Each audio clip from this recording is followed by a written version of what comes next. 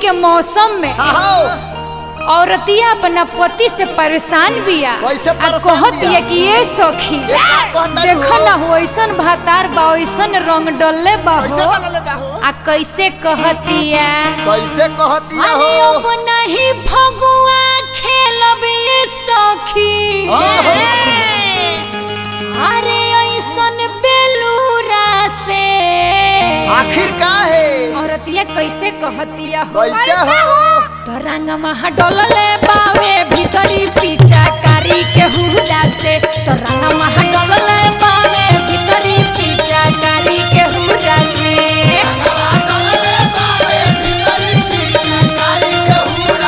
अब नहीं फगुआ खेलब ए सखी अब नहीं फगुआ खेलब ए सखी ऐसन बेलूरा से सखी औरतिया बड़ी दुख में बिया बड़ी तंग करता कैसे कहतिया कैसे हो रंग महा डोलल है बावे भीतरी पीछे कारी के हुड़ा से तो रंग महा डोलल है बावे भीतरी पीछे कारी के हुड़ा से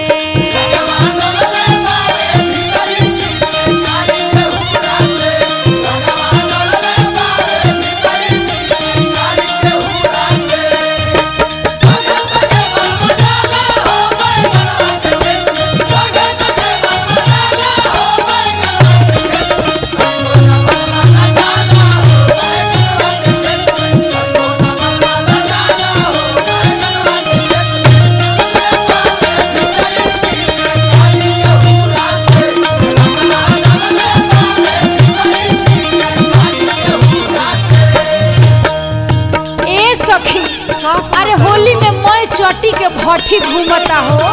लागता कि हिक भर पियले बाकाटा हवा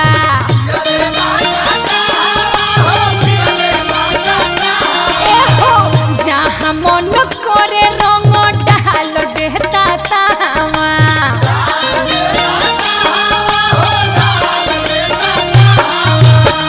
लागता कि हिक भर पियले बाकाटा हवा जहाँ मन करे रंग डाल देता तावा एहो अरे अपन दुख हम केकरा से सुनाई हो अरे होली में तनको एकरा ना बुझाइल है कि मेहरारू के तनी सुख दिहल जाला बड़ी दुख में औरत बिया हो पाला पढ़ल बा हमरो ये सखी ऐसन बेसुरा से पाला पढ़ल बा हमरो ये सखी ऐसन बेसुरा से नमः डोलल है बावे भीतरी पीछा कारी के हुड़ा से तो नमः डोलल है बावे भीतरी पीछा कारी के हुड़ा से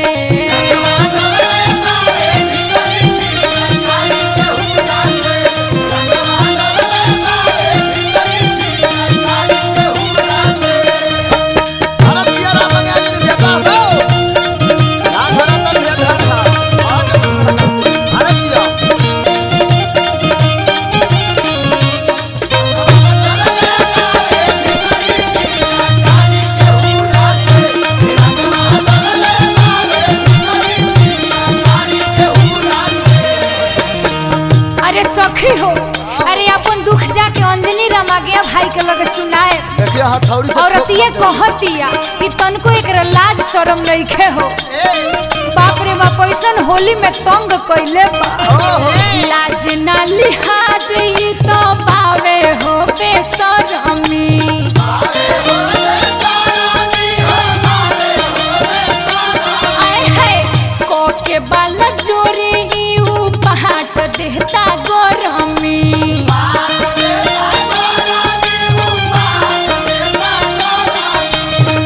लाज ना लिहाज करे पावे ई बेशरमी को के बाल चोरी उ पहाट देहता गरमी पूरा पूरा ये सखी मोर फुरहुरा से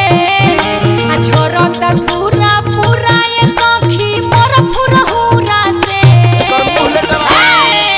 अरे बड़ी वियोग में बिया हो औरतिया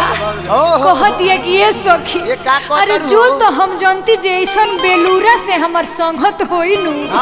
तो हम बियाहे ना करती हो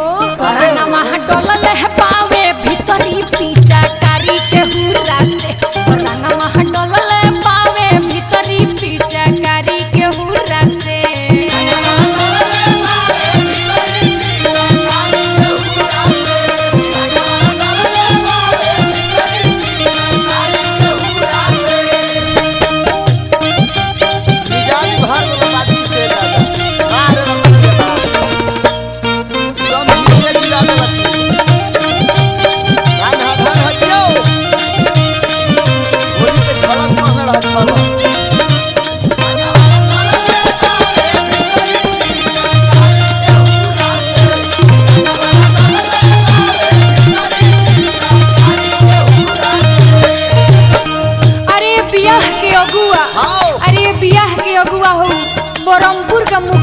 रहले हो आहो तनको ना बुझले जे लड़की के बड़ी दुख होई अब तो बात अहेसन दुख बेसुरा से हाँ। अहेसन बेलूरा से हमार शादी करा देहले महीना और में बिया रिश्ता बड़ी हो। वियोग में बिया बड़ी रोतिया ये होली में हो आ कैसे हो? कैसे कहतिया का कैसे कहतिया कहतिया हो? हो हमारा शरीर के गजन कैलस बेसी